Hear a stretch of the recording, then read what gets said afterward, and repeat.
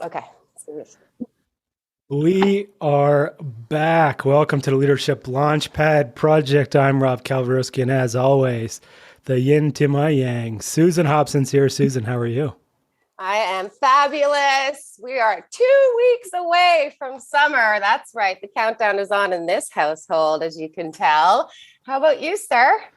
I'm good, and I'm alone. I'm a bachelor this week as my fiance's in Mexico finding her own journey, and she texted me a few times and she's having an incredible experience. So I'm super happy about that. Can't wait to hear about Mabalia's journey down in Mexico. We'll have to do a little something on that next podcast once we hear. That's right. And obviously we have to start off with a quote. And so I have a quote here from David Icke, and he says, "When you look in the mirror, what do you see? Do you see the real you or what you've been conditioned to believe is you? The two are so different. One is an infinite consciousness capable of being and creating whatever it chooses. The other is an illusion imprisoned by its own perceived and programmed limitations." Ooh. Tell our audience why you chose that quote today specifically, sir.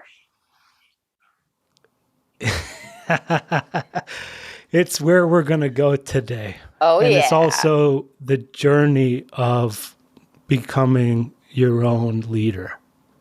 Mm-hmm. It's starting within, starting to understand the limitations that you've put, society and your parents and essentially you've put on yourself, and starting to take those down because they are an illusion and they aren't necessarily real. And we can choose to overcome them. And so, returning guest to the show. Oh, yeah. The Vice President of IT Procurement at Nokia, Tracy Allen's with us. Tracy, how are you? I'm good. How are you guys? So happy to be back. We are so excited to have Tracy back in the podcast studio with us this morning. We have so much to talk about as a part 2 to your first interview, but let's just get this party started by reminding our guests a little bit about who you are and where you're coming from and what mission you're on in the world. Sure. So my mission actually is kind of transformed over the last couple of years, I would say, since I've been kind of on my own journey. But currently I work at Nokia and I'm responsible for IT procurement globally for them. Previously to that, I was in the hardware space in the optical and routing division, running procurement for them. So the last couple of years I've been doing IT, so really getting familiar with a different part of procurement called indirect, we typically call it. So I mean, I've been kind of transforming myself for the last couple of years. I think if you listen to the last podcast I did, it was probably going to be a little bit different stories this time. I think, when I met Susan and Rob, I started my own journey in terms of discovery of myself. And I think I've made lots of headways in terms of, how I lead.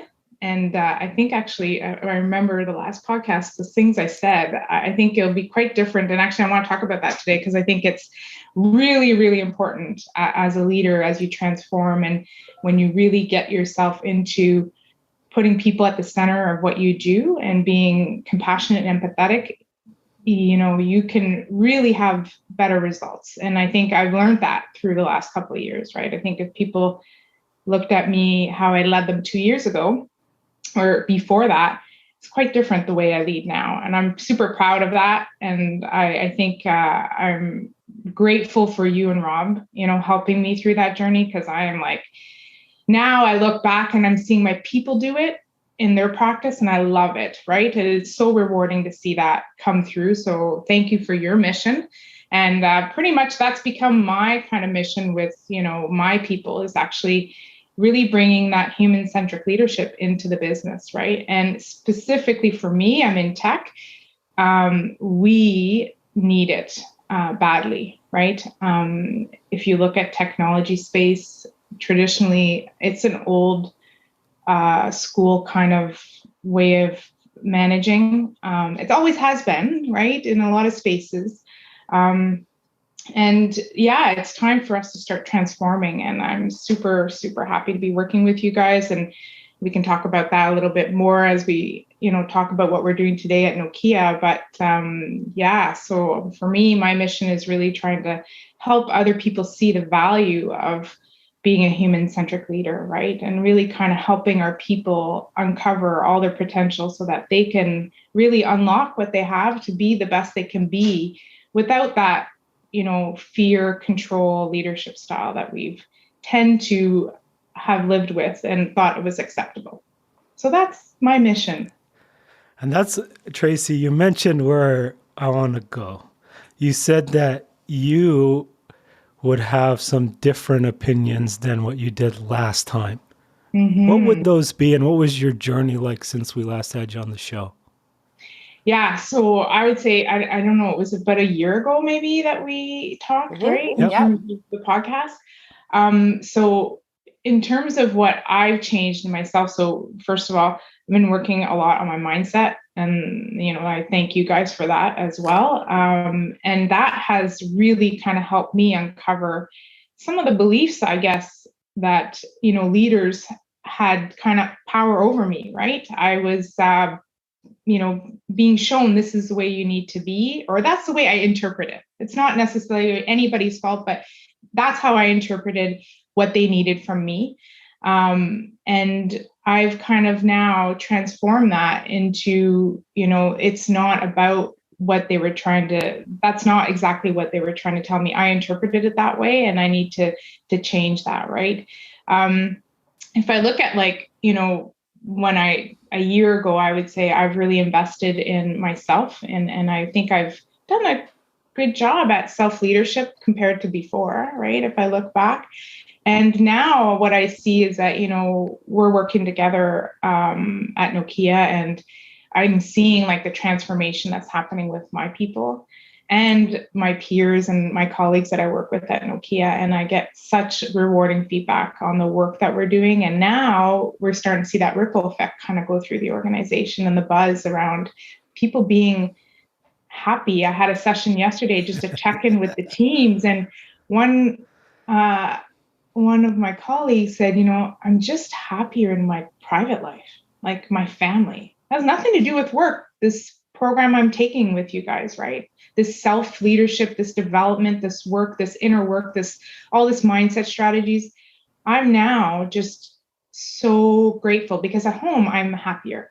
So it's not just about, being better at work, a leadership, right? It's about how do you take that home and how do you incorporate all those strategies. And somebody said yesterday, it was funny, well, we can't forget everything we learned now. Now we're done this LLP. Now what do I do next? Because I can't go backwards, but how do I keep going forward? Right. And it was yeah, that's right. So it made fundamental changes in people, and to see that kind of ripple through the organization is just so rewarding, because I truly do believe that we can lead with empathy and compassion and get even better results than the fear and control that we used to have.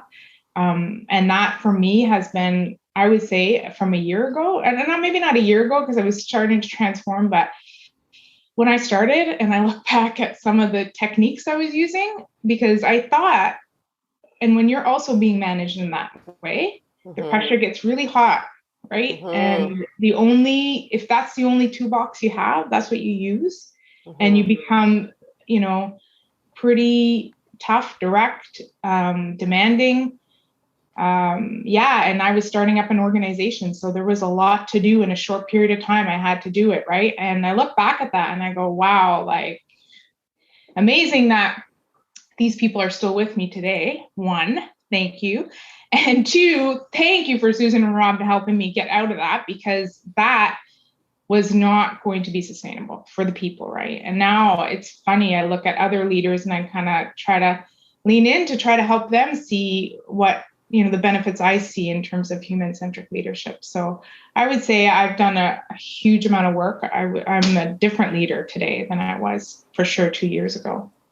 And I think it has a lot to do with just, investing in yourself, getting a coach, getting, like a mindset coach, making sure you're really tapped into yourself. And then after you've figured that piece out, how do you bring it to your people?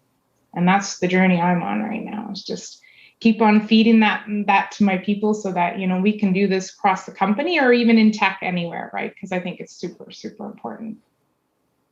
I know how passionate you are about all of this. This is what I love about Tracey's testimony, right? Is like you really see the power of starting with the self-leadership, going inside, asking yourself all those questions that she was just riffing on a second ago. You even heard her talking about looking back over time, right? In her timeline in regards to, some of the leadership that was modeled for her and how that impacted her conditioning and programming in and around the decisions that she was making when she actually made it to the leadership position. So I know not everybody in our audience has done that inner work yet. So I kind of feel like this is a space that we really got to uncork. You've obviously kicked into a whole other gear, right? In terms of your passion to be able to spread this ripple effect to your people. But bring us back to the beginning, especially as a female in big tech, right? Because I think what you were referring to a second ago, is like, notoriously in tech, this is where we need it the most, right? Because there is a lot of that 1.0 type of leadership style that's still hanging on for dear life, right? Even though it was born in the industrial era. So bring us back 25 years when you first were getting on your mission, and what that headspace was like for you as a female in tech. Yeah. So I think, and I think about this a lot. It's like, and I want this for other women and even men, quite honestly, and our kids, is that, get to know, and I think the kids today have a better discipline around this. I look at my son he knows what he wants to do already. And there's, he's staying focused on his mission. I had no idea what I wanted to do. I was just like, kind of, my parents told me I need a job. You need to just work, make money. That's how you live, and I was like, okay. So, and I remember I went away to university and my parents were not happy about that because I had a government job, which I knew I didn't want to stay in the government. And I knew I wanted to go to school and do something different. I knew I wanted to do business. Let's be clear. I knew that. But, I fell into my job and it was coming back home. I was always the one that kind of organized everything for the university in terms of career. I was one of the oldest students. So clearly I needed to get my stuff together. So I was on that mission of making sure we all got jobs. So I was like, okay, we got to get out to companies. And I ended up in tech. It was a mistake. I fell into it, but not that I regret any of it because it's a great, industry and I love it. But yeah, it's a lot of men, let's be clear. So I was at Newbridge, which is a great startup in Ottawa. And I was a female, so I'm not technical. So I fell into procurement. Oh, okay, because that's, women typically finance or procurement. That's where we're not technical. We can fall into those areas really easy, or HR. So I fell into procurement and, I had a really great stint in procurement. I've been in procurement my whole life, but I was working with engineers all the time. And, a lot of the comments from leadership teams was, if you're not technical, it's really hard to get ahead. You don't have a degree in tech or in your BSc or in engineering, you're probably not going to be able to lead engineers because, they're different. I'm like, okay, so I'll just stay in procurement. And so, I stayed in procurement, but those were, a lot. I think a lot of us feel that, right? Even today in my role, it's very, tech companies put a lot of value on their engineers. And I completely agree with that, by the way. I don't take any of that away. But engineers are SMEs traditionally, right? They're very particular, very intelligent, very specific on what they do. And so as a woman, I was always kind of hitting that ceiling, like, well, I don't have an engineering degree. And, so how do I get to that next level? So in procurement, luckily I was surrounded by wonderful mentors, which I think is something that everybody needs to do. And I networked, right? I was like, I look back at my beliefs. I'm a pleaser and I'm still working on that. And that's something but that served me really well as a young woman in tech, because I wanted to help everybody, right? So I was always like, can I help you? I can help you, and I can help you. And I became this person that people said, well, if we go to Trace, she'll figure it out how to get somebody to help us, or she'll figure out how to solve it. So I leaned into that, right? And I knew that, that's where I was getting my external validation from people, like, oh, she's helping. Okay, great. Thank you. So I did that and I continued, but I kept hitting this message that, well, I'm not an engineer, so I probably can't make it to that next level, right? So sometimes I would ask, well, why do I have to be an engineer to lead an organization? Well, because you have to understand how to work with engineers, and you need to, you got to engineer to engineer. It's like they have their own language. And I'm like, but I understand the buzzwords. I can sit through a technical meeting and capture enough what they're talking about to be able to synthesize. Do I need to design the board? I don't think so. That's not what I'm here to do, right? So I kind of tried to, understand that, but that was a belief that then became like, I'm never going to be able to get to that leadership position I wanted to, right? Because I did care about people and I did have a drive to continue to grow. For me, it's all about learning. As soon as I get bored, I disengage. So I have to be always, I don't just coast. I need to have like 400 things on the go. And that's how I'm stimulated. That's how my energy works. And that's how I stay super inspired and motivated. So for me, I needed to keep going, and I did. And I continued to do that, but I surrounded myself, like I said, I needed mentors to help me and leaders that believed in me to help me grow. I knew I needed that in tech, being a woman on my own, right? So I continued to lean into those. They were easy to find. It's not hard to find. People love to mentor people generally. A lot of men do too, right? And so I was super fortunate. A lot of them were men. And in those sessions, a lot of the discussion was, I wanted more. And how do I get more? And how can they help me? And that's where they create the visibility for you, right? That's their job, is to kind of make that noise about all the great things that you can bring to the table. And so I continued down that path, and, I didn't give up on that, even though I knew that there was a belief in the company or in tech that was going to probably push me down. But I just, surrounded myself with good people and also showed them what I could do for them, right? And tried to illuminate the leadership that I have and try to explain, but do I need to be an expert? Wouldn't you want me to lead? So traditionally in our company, a lot of times they put SMEs as leaders because they're the guys or the gals that have been in the group and have been part of the succession plan. Okay, that's awesome, but nobody looks at potential and says, but can they lead? Can they lead an organization? Because I think that's what you want from your leaders. It's called leadership, right? So it's like, yeah. So I think that's still something in tech that still needs to be worked on, right? But I mean, I started, going back to my journey, I started as a buyer, and we had a factory. So you got the industrial kind of stuff happening back then in tech, right? So then you make your way. I was a buyer. I became, wanted to try category management. I did that. So I wanted to tap into all the procurement areas I could to learn as much as I could, because I knew that was my only North Star at that point, is that I need to get to that top, because clearly in engineering, I'm never going to get there. So I just kept working and working and working until I became a manager and a leader of an organization. And then I had a couple key people that saw me, right? And they were like, yeah, she can do this, right? And they stood behind me and helped me kind of get to that next level and, sing my praise around the company to get me, the deserved, position I needed in procurement.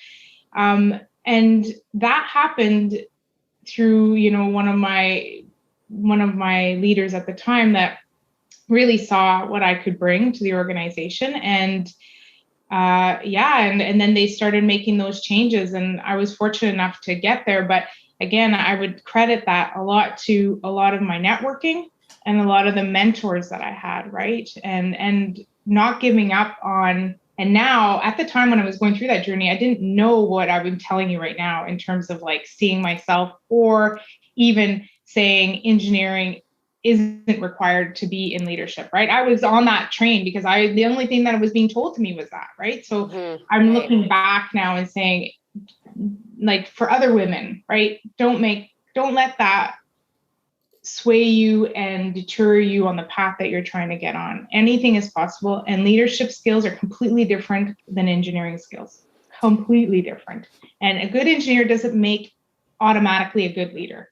No offense to anybody, it's leadership skills. You have to look for those. They have to be, they have to be present. It doesn't just, you're a good engineer that you can be a good leader. They're not synonymous, right? So you need to really kind of look at that, because I truly believe leadership is completely different, right? It's a completely different skill set. So if I look back now, telling people advice on that would just be, don't listen to that, right? And stay on your mission, connect yourself with people that are going to support you, that see you for who you really are, right? And that can help unblock you. Make sure that they're unblocking and making the noise they need to be making around your greatness that you bring to the organization.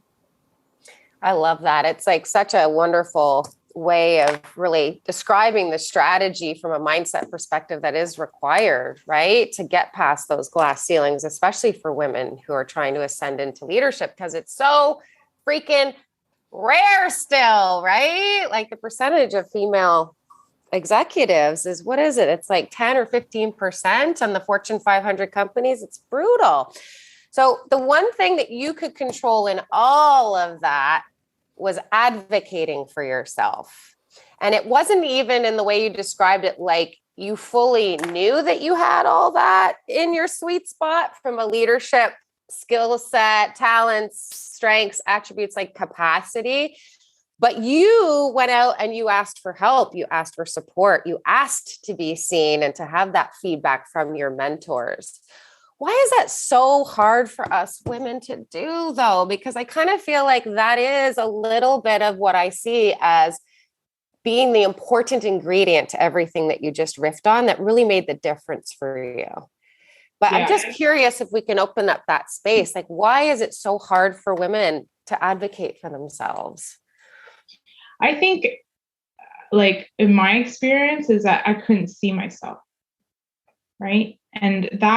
And Rob still goes on to talk to me about, you're not seeing yourself. I still get coached on that every day because, he keeps pushing me to that next level. But exactly, it's like, if you as a woman are listening to the external all the time, right? And especially in tech, it's hard to see, like, where's my value? And where do I start? And they don't actually see themselves. And that's why that mentor is so important, to hold the mirror to you, to say, you are amazing. Here are the things that you are really good at, right? I have a mentor that I still go to. That's an old colleague. No, he was actually my boss, and I value, and he will easily, if I get on the phone with him, will rip 3 or 4 things. Here are your top, key ingredients of what you bring to the table. Let's build on those. Like, and he doesn't even, like, he hasn't studied, like, he knows me obviously, right? But I'll go to him 2 years later and here are the things you're awesome at. Here's what we got to go do. That's a mentor, right? But if I didn't have him, and I didn't have some of the others that would just show me and hold a mirror and say, here are all the wonderful things that you bring to the table that others don't. This is where you need to go work on. If you don't do that as a woman, it's really hard to do it yourself, right? We don't do it. We don't normally sit there and go, oh yeah, we're awesome at this. We don't do that as women, right? So I think that's the key thing that changed for me, is that I made sure I tapped into that, because that's what helped build my confidence to keep going and go to that next level, right? So I encourage women, you have to have mentors, and you have to have a network of people that you can trust, right? I think that's like really, really key. And it doesn't have to be your boss, by the way. I recommend it's actually most times not your boss, right? Ooh, why? Because, well, I think that they have their own kind of like, they have their own KPIs they need to meet, right? So that their judgment could be a bit blurry on who you really are, because they may only see you in that capacity that makes them succeed.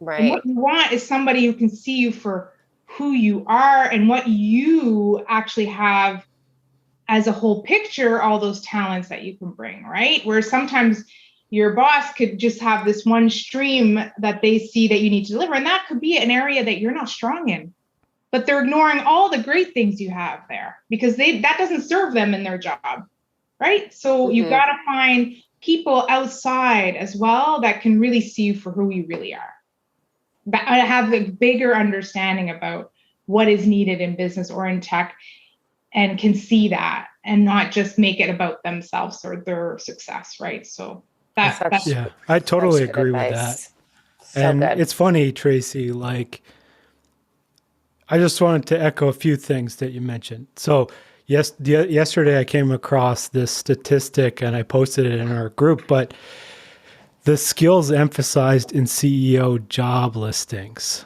has drastically changed since the data is only going back to the year 2000, but basically social skills, quote, has gone up 27%, and management of material and financial resources has gone down 38%. Woo!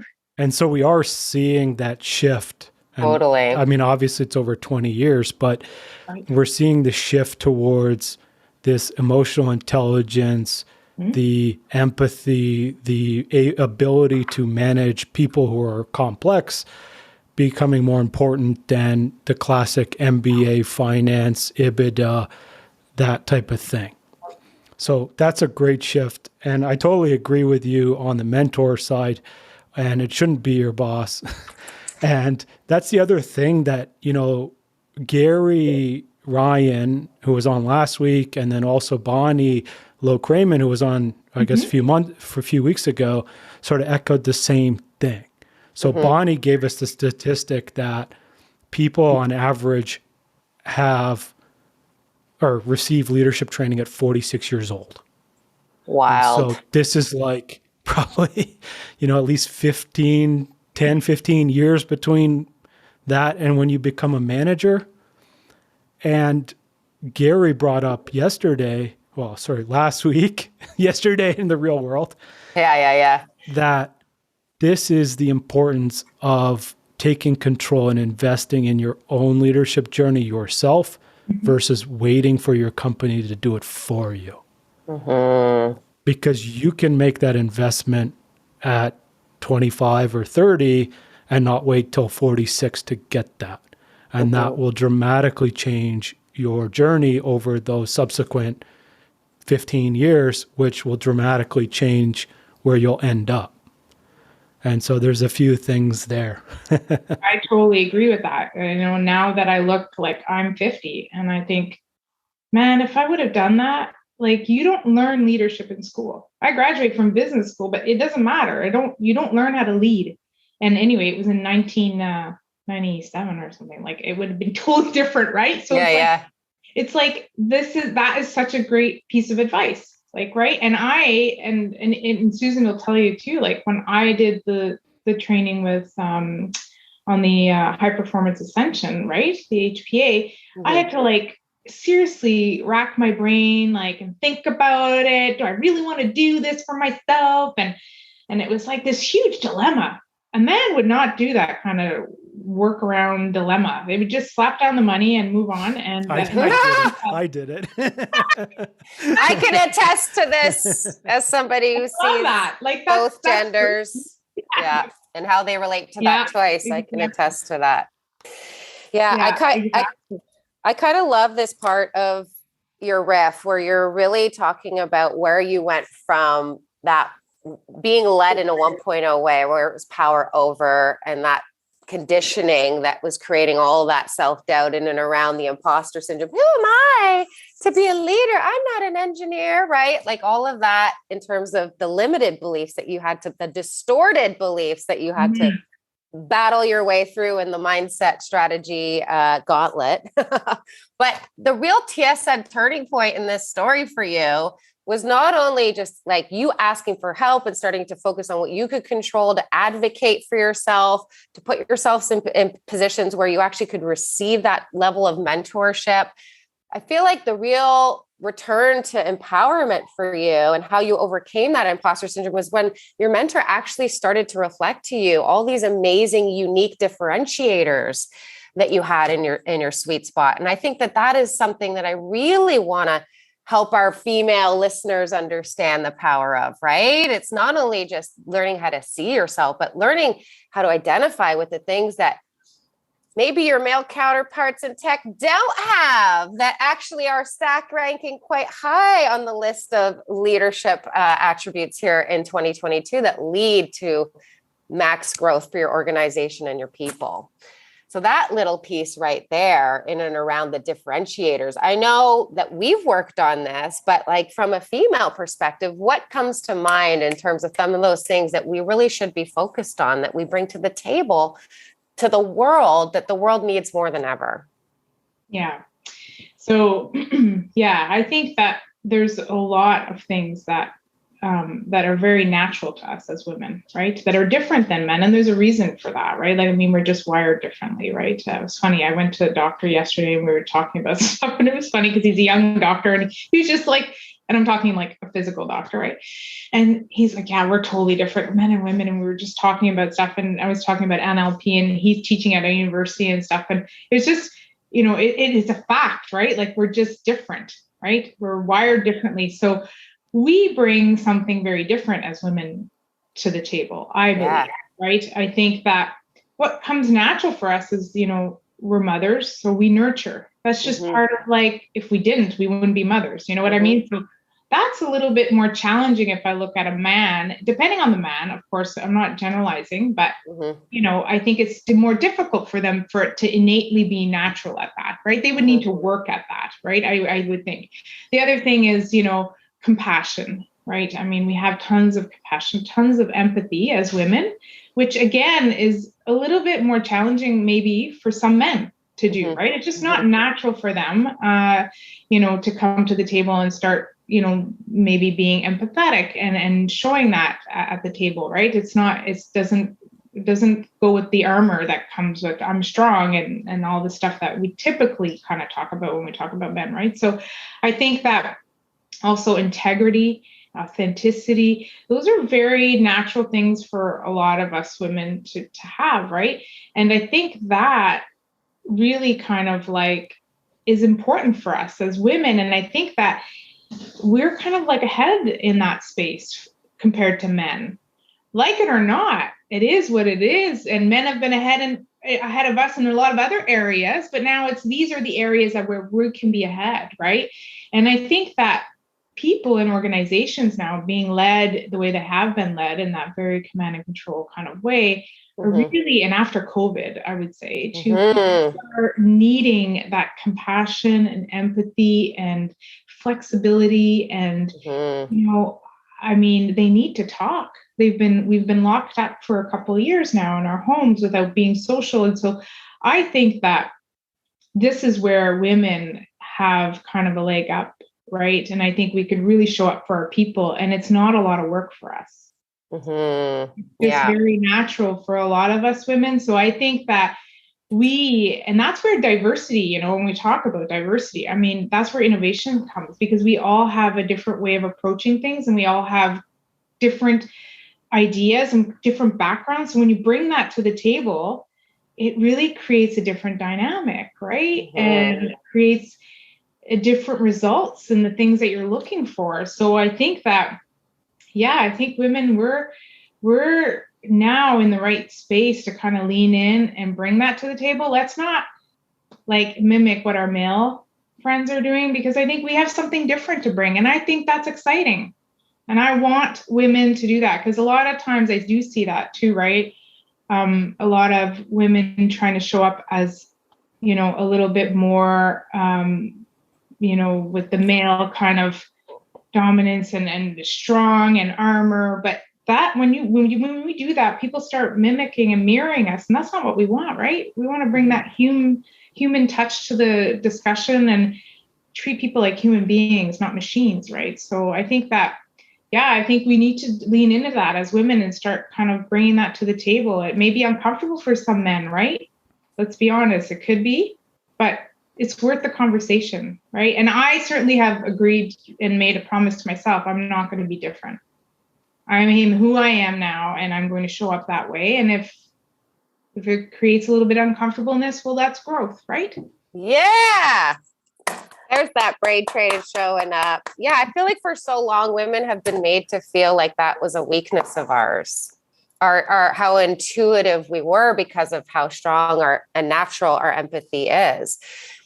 Even though we're biologically designed to be that way, because that gives us the high EQ that helps us be in tune to the needs of the people that we're nurturing, whether as mothers or however else that's manifesting, right?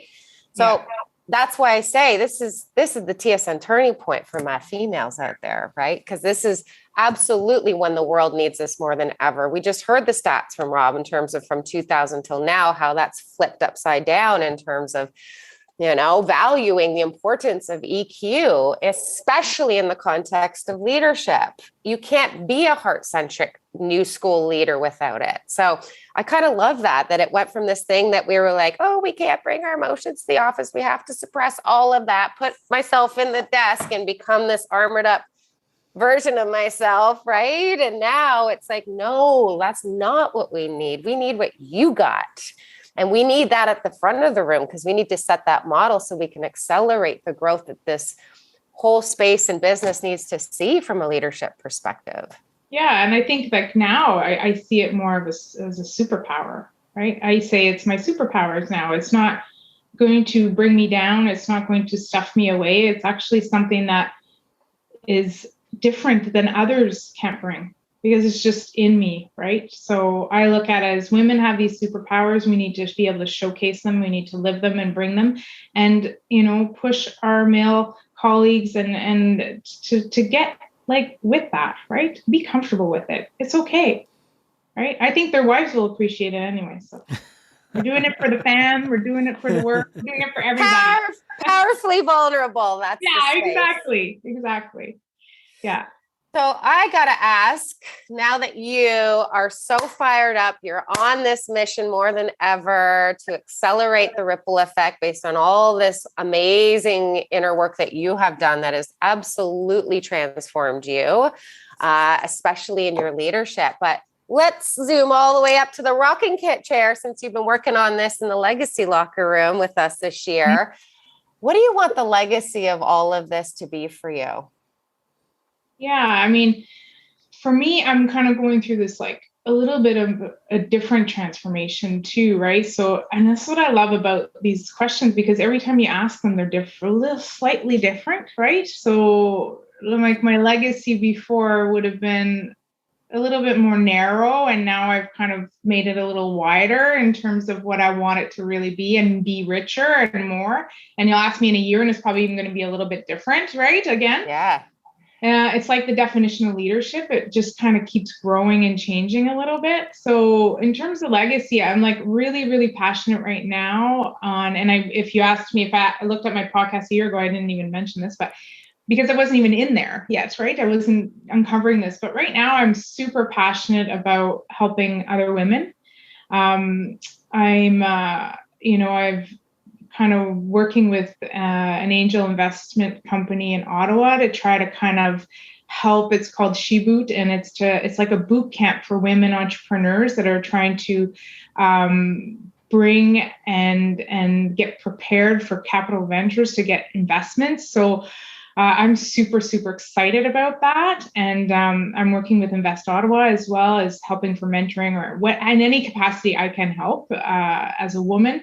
But just being able to help women, like if we can't get women to the top, organically, well, then we're going to start with women companies. That's kind of Yeah. like where I'm at right now. So I am all behind that. And I love that. That was new for me.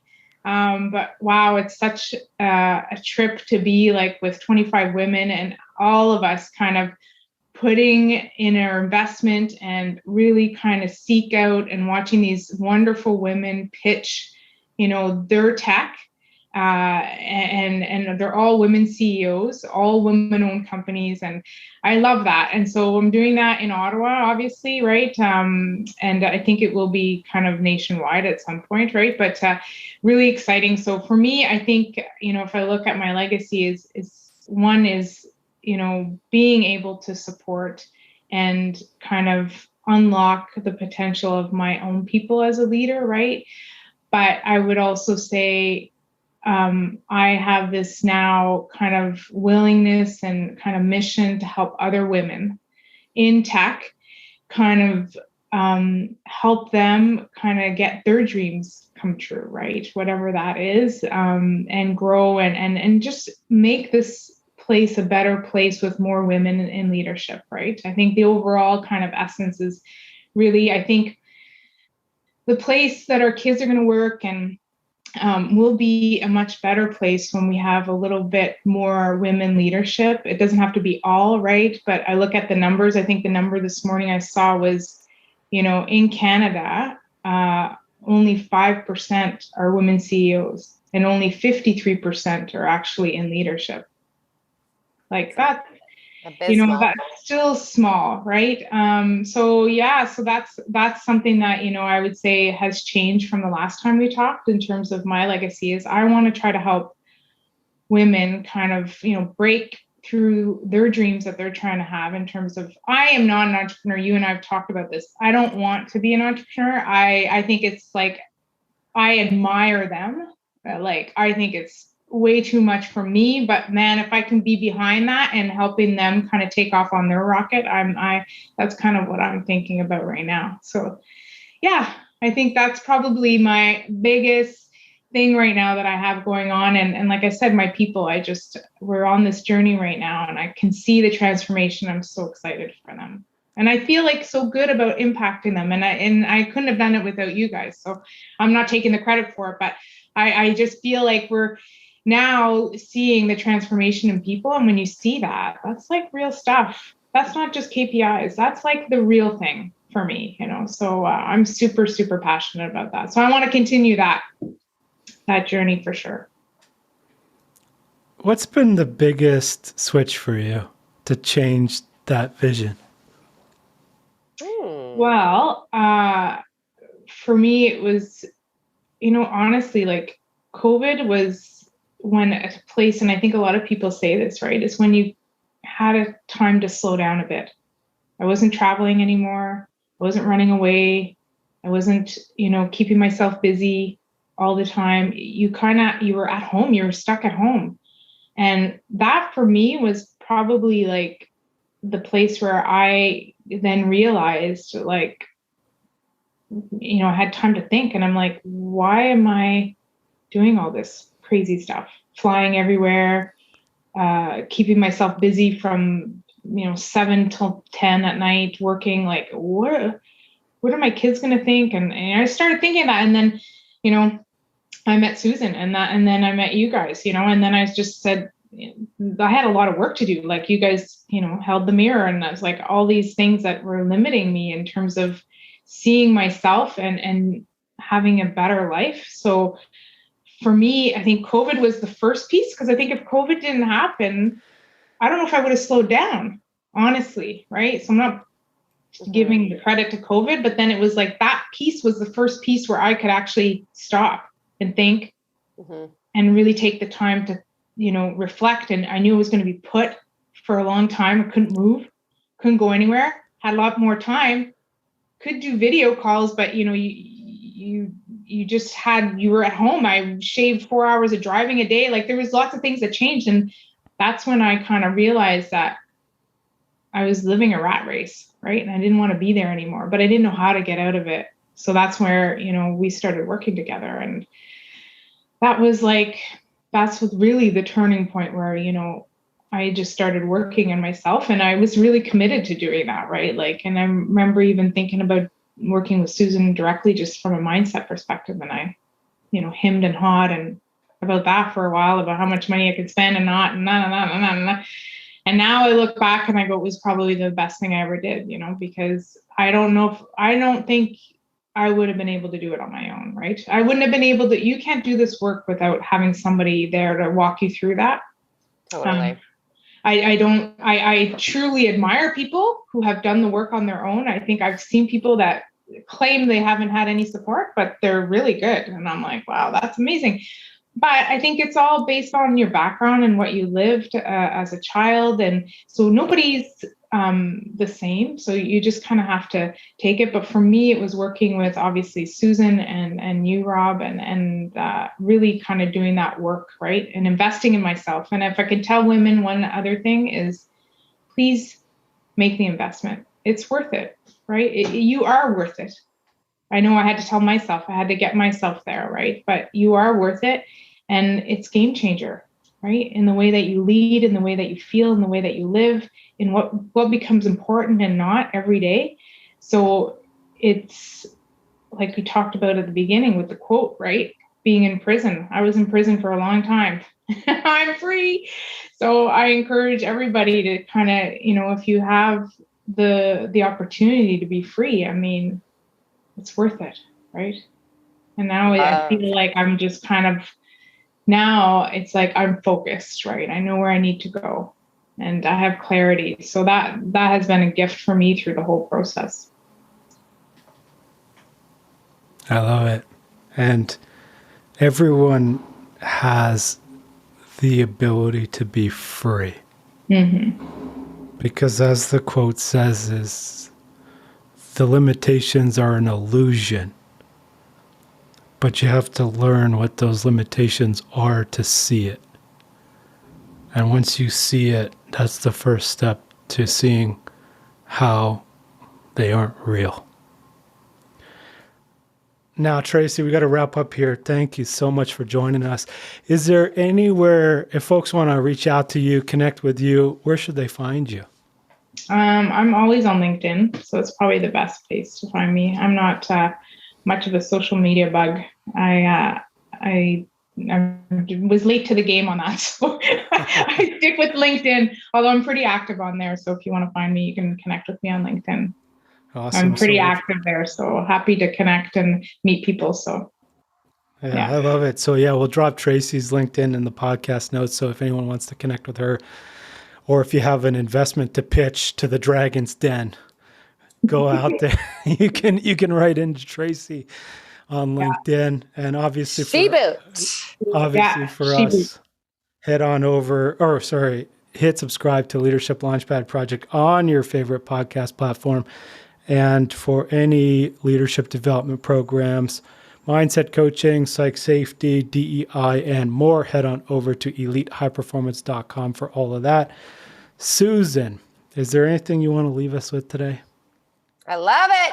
Tracy has been emancipated, right? We're talking about empowerment as being that really TSN turning point mindset strategy that obviously has worked super well for Tracy, is ripple affecting out into her world.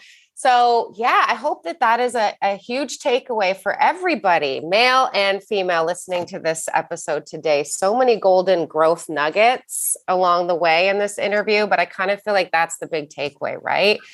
Is that going within in terms of doing that inner excavation first is the starting point, because that's where you really get back at the helm in your experience. That's where you learn to become the expert in you. And that's where the choices just poof, poof, poof, poof, poof, open up for you in the most incredible ways, like we heard about in Tracy's story today. So I love it. I love this interview. Thank you, Tracy. Thank you. Thank you guys for having me. Super appreciate it.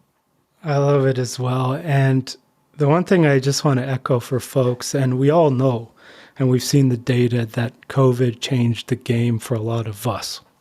Mm-hmm.